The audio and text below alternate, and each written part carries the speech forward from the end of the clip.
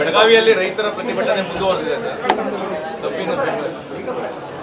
ನನಗೆ ನಿಜಕ್ಕೂ ಈ ಸರ್ಕಾರದ ಬಗ್ಗೆ ಒಂದು ಕಡೆ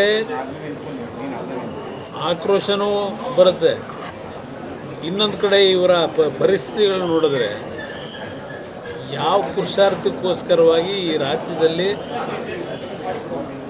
ಈ ಸರ್ಕಾರ ನಡೆಸ್ತಾ ಇದ್ದಾರೆ ಅಂತಕ್ಕಂಥದ್ದು ಅವ್ರು ನೋಡಿದಾಗ ಅಯ್ಯೋ ಅನ್ನಿಸ್ತದೆ.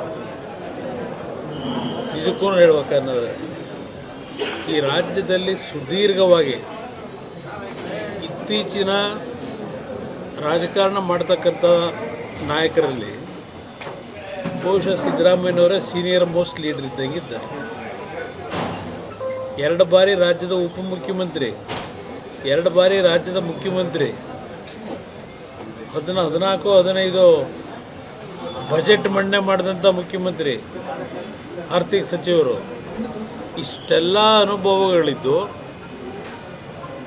ಇವತ್ತು ಉತ್ತರ ಕರ್ನಾಟಕದ 5-6 ಜಿಲ್ಲೆಗಳಲ್ಲಿ ರೈತರು ಕಳೆದ 8-9 ದಿನಗಳಿಂದ ಪ್ರತಿಭಟನೆಯನ್ನು ಬೀದಿನಲ್ಲಿ ಮಾಡ್ತಾ ಇದ್ದಾರೆ. ಹಲವಾರು ಭಾಗದಲ್ಲಿ ರಾಷ್ಟ್ರೀಯ ಹೆದ್ದಾರಿಗಳನ್ನು ಬಂದ್ ಮಾಡಿ ಈ ಮುಖ್ಯಮಂತ್ರಿಗಳಿಗೆ ಕನಿಷ್ಠ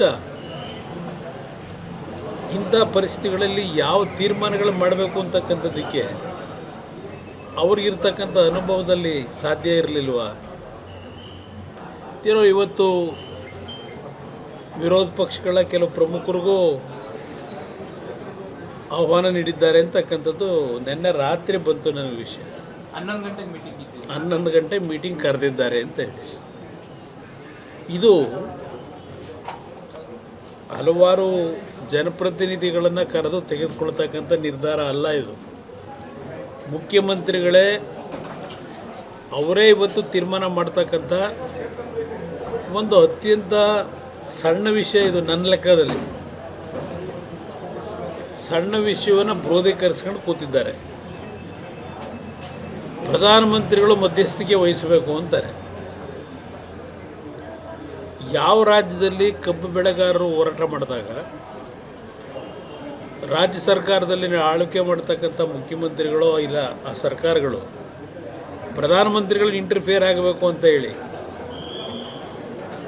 ಮಾಧ್ಯಮದ ಮುಖಾಂತರ ಮತ್ತು ಪತ್ರ ಬರೆಯೋದ್ರ ಮುಖಾಂತರ ಇವತ್ತೇನಾದರೂ ಈ ರೀತಿಯ ಒಂದು ವಾತಾವರಣ ಸೃಷ್ಟಿ ಮಾಡಿದರೆ ಅದು ಸನ್ಮಾನ್ಯ ಸಿದ್ದರಾಮಯ್ಯನವರು. ಯಾವ ಕಾರಣಕ್ಕೆ ಅವರಿಗೆ ಇವತ್ತು ಜವಾಬ್ದಾರಿ ಇದೆ ಅಂತಕ್ಕಂಥದ್ದು ನನ್ನ ಅಭಿಪ್ರಾಯ. ಕಾರಣ ನಾನು 2 ಬಾರಿ ಆಕಸ್ಮಿಕವಾಗಿ ಮುಖ್ಯಮಂತ್ರಿ ಆದವನು, 2 ಬಾರಿನೂ ಸ್ವತಂತ್ರವಾದಂಥ ಮುಖ್ಯಮಂತ್ರಿ ಅಲ್ಲ. ನಾನು 1 ಬಾರಿ BJP ಜೊತೆ ಸರ್ಕಾರ ಮಾಡಿದೆ. BJP ಜೊತೆ ಸರ್ಕಾರ ಮಾಡಿದಾಗ ಕೇಂದ್ರದಲ್ಲಿ ಕಾಂಗ್ರೆಸ್ ಆಡಳಿತ. 2ನೇ ಬಾರಿ ಕಾಂಗ್ರೆಸ್ ಜೊತೆ ಸರ್ಕಾರ ಮಾಡಿದಾಗ BJP ಆಡಳಿತ ಕೇಂದ್ರದಲ್ಲಿ. ಎರಡೂ ಸಂದರ್ಭದಲ್ಲೂ ಕಬ್ಬು ಬೆಳೆಗಾರರ ವಿಷಯದಲ್ಲಿ ಸಮಸ್ಯೆಗಳುಂಟಾದಾಗ ಎರಡೂ ಸಂದರ್ಭದಲ್ಲಿ ನಾನು ಎಂದೂ ಸಹ ಕೇಂದ್ರ ಸರ್ಕಾರದ ಮೇಲೆ ಹೊರೆ ಕೊಡಲಿಲ್ಲ. ಇಲ್ಲ ಕೇಂದ್ರ ಸರ್ಕಾರ ಬಂದು ಮಧ್ಯಸ್ಥಿಕೆ ವಹಿಸಿ ಪ್ರಧಾನಮಂತ್ರಿಗಳು ಬಗೆಹರಿಸಿ ಅಂತ ಹೇಳಲಿಲ್ಲ. ನನ್ನ ಒಂದು ಲೆವೆಲ್ನಲ್ಲೇ ನಮ್ಮ ಸರ್ಕಾರದಲ್ಲಿ ಕೆಲವು ವೈಯಕ್ತಿಕವಾದ ನಿರ್ಧಾರ ನಾನೇ ಮಾಡಿದ್ದೇನೆ. ರೈತರು ಬೀದಿಗೆ ಹೋಗಿ ಪ್ರತಿಭಟನೆ ಮಾಡಲಿಕ್ಕೆ ನಾನು ಎಂದೂ ಅವಕಾಶ ಕೊಡಲಿಲ್ಲ.